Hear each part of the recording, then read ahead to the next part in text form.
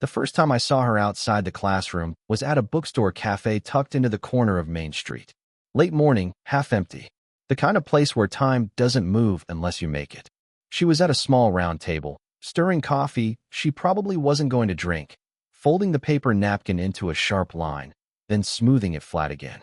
I almost walked past. Teachers don't belong in the same spaces as you, not like that. But she looked up, and recognition crossed her face before she softened it into something neutral. "Morning," I said, keeping it casual, like I wasn't already halfway nervous. "Morning," she returned, a little too quickly.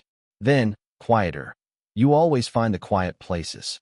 I laughed under my breath, not sure if that was a compliment. "Guess I like places where I don't have to hurry." She tilted her head, considering that. Then, almost like she was testing me, she said, "Don't rush life. It goes faster than you think." Her voice carried the weight of something I didn't know how to ask about. I just nodded, eyes flicking to the napkin she was still folding, then unfolding, like her hands needed something to do. I ordered my coffee and sat across from her. Not close enough to call it company, but not far enough to call it chance. The silence between us wasn't heavy, it was aware.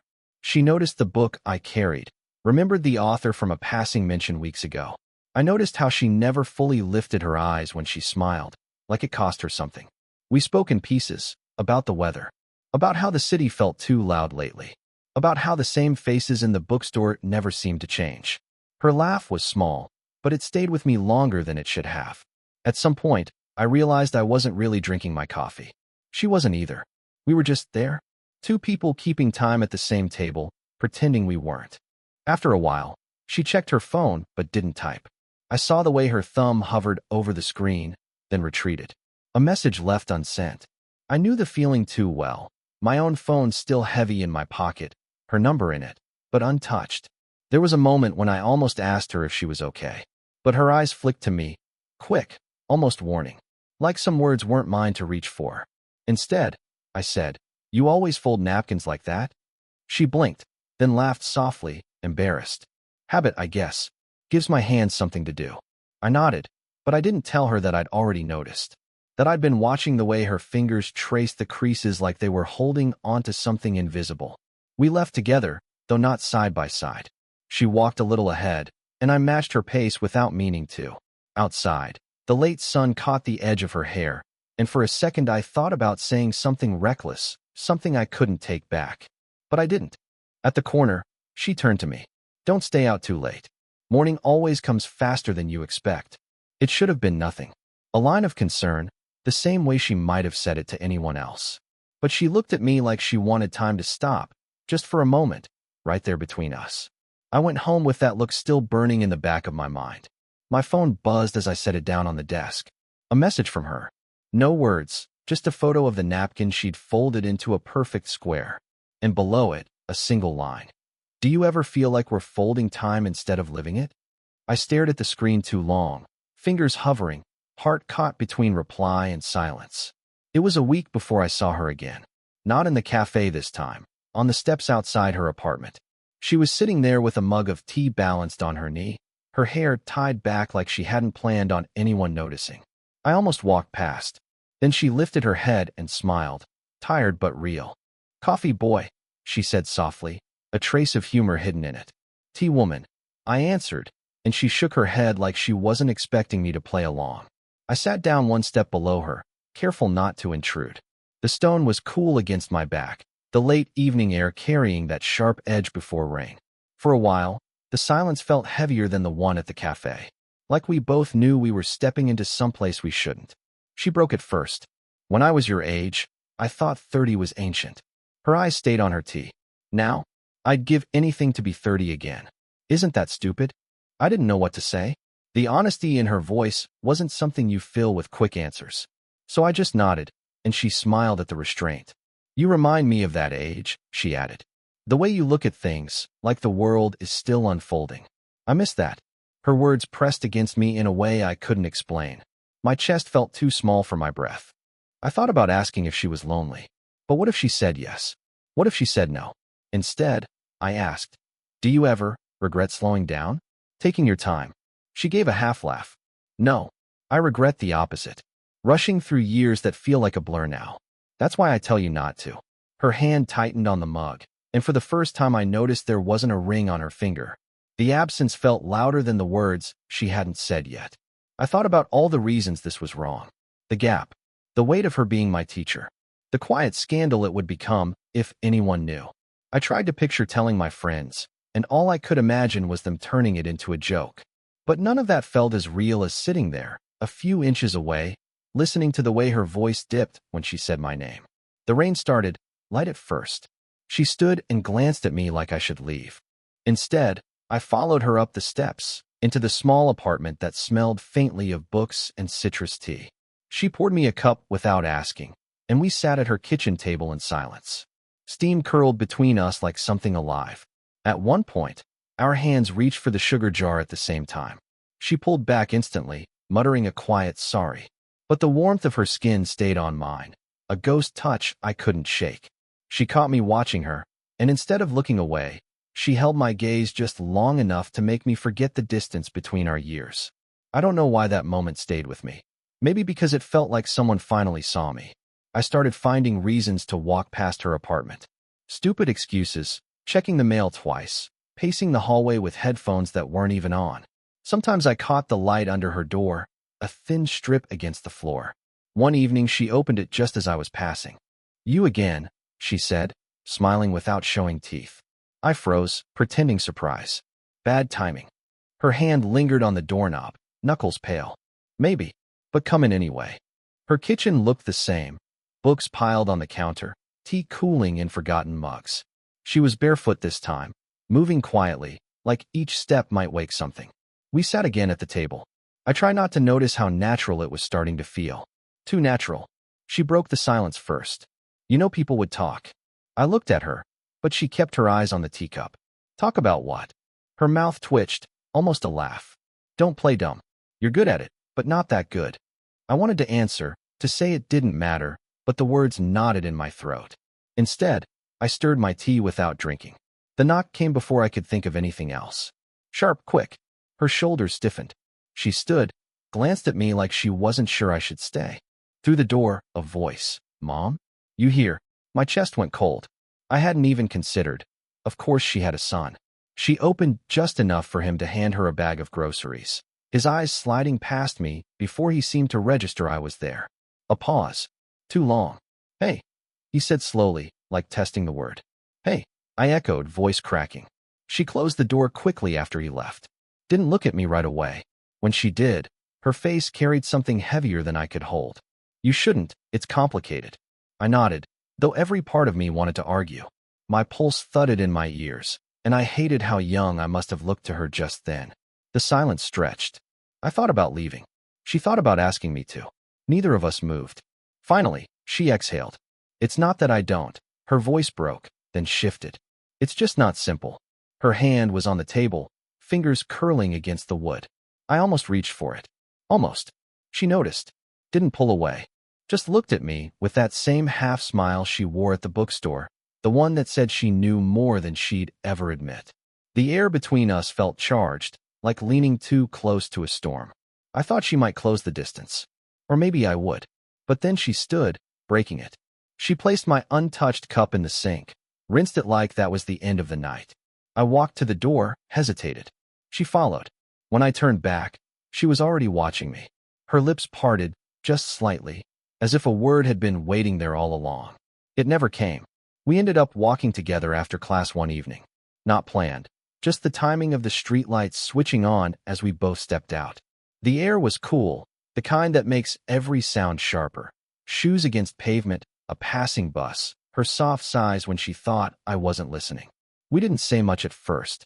She carried her bag against her chest, like a shield.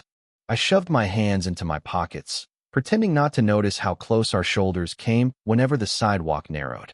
"You shouldn't be here," she said finally, her eyes fixed on the ground. Walking home, I tried to make it light, but she shook her head. "With me," she said. Then, softer, "It complicates things." The word complicates hung between us. I wanted to tell her that everything in my life already felt complicated, except for this. But I didn't. We reached the small park near her apartment, the one with the bench under the old oak. She sat without asking, and I followed. The bench creaked, holding more silence than we could. She leaned back, eyes tracing the branches above. When my marriage ended, I thought I'd finally have time. Time to breathe, figure things out. She laughed once, but there was no humor in it. Turns out, time doesn't wait just because you want it to. I didn't know if she wanted me to answer, so I just listened, letting the words settle. She glanced at me then, sudden, sharp. You don't understand. You're. She stopped herself, biting the rest back. Younger. I finished for her. Her jaw tightened, but she didn't deny it. A group of students passed the park, laughing too loudly. One of them looked our way, then nudged the other, whispering something I couldn't catch. The heat rushed to my face. I waited for her to pull away, to stand and leave me there. But she didn't move. Instead, she said, I can't be what you think I am. My throat felt tight. I don't think you're anything, I lied. I just like being here. She studied me, searching for something. Then she smiled, not the practiced one, but small and fragile, like she wasn't sure it belonged to her. I shouldn't let you, she whispered. The pause that followed was unbearable. My heart raced. I wanted to close the gap, to tell her what kept me awake at night, to ask her if she felt it too. Her hand rested on the bench between us, close enough that the warmth bled into my skin. I stared at it, every nerve in me leaning forward, waiting for permission. She didn't pull away. For a moment, the world narrowed to just that. Her hand, my hand, the quiet space between. I opened my mouth, but the words stalled. Do you want this too? That was the question, the one I couldn't say out loud. She turned her head slowly, meeting my eyes, her lips parting as if she heard it anyway. And then, she looked away. After that night on the bench, things changed. Not suddenly, not with words, just small shifts I couldn't ignore. She stopped waiting in the cafe. Her light under the door went dark earlier than usual. When we crossed paths in the hallway, her smile was polite, clipped, like she'd folded herself back into the role of teacher, leaving no trace of the woman who once folded napkins to keep her hands busy. At first, I thought I imagined it. Maybe she was tired. Maybe I was overthinking. But then a week passed. Then two. I tried knocking once. Lightly. She didn't answer, though I swore I heard the floorboards creak inside. In class, she avoided my gaze. Her voice was steady, professional, and if someone else had been listening, they wouldn't have noticed a thing. But I noticed. The pauses were gone. The small hesitations. She spoke like every word had been rehearsed. I wanted to ask what I'd done. Instead, I sat through lectures pretending to take notes, my pen scratching lines that didn't form words. Then, one afternoon, I saw him. A man, older than me, close to her age, waiting outside the school. He handed her a book and touched her arm the way people do when they've touched 100 times before. She didn't pull away. I told myself it was nothing. A friend. Maybe an ex. But my chest tightened all the same. Later that night, I scrolled through my phone, her number at the top of the screen. My thumb hovered over the keyboard. Did I lose you? That was what I wanted to ask. But I couldn't press send. Instead, I found myself imagining. Her kitchen light still on while she talked to him. Her laugh, the small one she once gave me, spilling into someone else's silence. Her hand on the bench, but this time, not mine reaching for it. The thought hollowed me out. The next time I saw her, it was raining. She was in the hallway, umbrella dripping against the floor. For a second, she almost looked at me the way she used to, like she wanted to pause, let the moment breathe. But then her eyes flicked away, sharp, deliberate. Evening, she said, her voice too light, too careful. Evening, I echoed. And that was it. When she turned the key in her door, I thought about stopping her. Thought about saying something, anything, that would make her hesitate. But I didn't move. I just stood there, listening to the door click shut. Later, lying in bed, I kept hearing her words from weeks ago, don't rush life. But what if life was rushing away from me? I typed out a message. I missed the way we used to talk. I stared at it for a long time. My chest ached, my hand trembling over the send button. Then I erased it. I didn't feel heartbroken. I felt paused, like life forgot to finish the sentence. It wasn't planned. Nothing ever was with her. I was leaving late one evening when I saw her standing outside the building, umbrella folded at her side though the rain hadn't stopped yet. She wasn't moving, just staring at the wet pavement like it had answers. I almost walked past. Then she looked up and saw me, and the air between us shifted again. You're still awake, she said, her voice tired, but softer than it had been in weeks. "So are you." She gave the smallest smile, like she wanted to deny it but didn't have the energy. We ended up walking back up the stairs together, silent, our footsteps echoing too loudly in the narrow hallway. When we reached her door, she didn't unlock it right away. She turned, leaning against the frame, arms crossed as if to hold herself together. "I wasn't fair to you," she said finally. The words stunned me. I wanted to tell her she didn't owe me anything. But the truth was, her silence these past weeks had left me restless, raw. "You don't have to explain," I managed. She shook her head. "Maybe not. But I should." I panicked. "You make me forget myself, and I can't afford that. Not at my age. Not with—" She stopped, biting down on the rest. "With your son?" I asked quietly. Her eyes flicked to mine, startled. Then she nodded once. "He doesn't deserve whispers about his mother. Not because I wanted to feel seen again." The words hit hard. I hadn't expected her to say it aloud. "I don't think less of you," I said, "for wanting that." She exhaled shakily, and for a moment, the distance between us felt unbearable. "You should be with someone who isn't hiding." Her hand lifted, almost reaching toward me, then fell back. "Someone who doesn't count every consequence before speaking."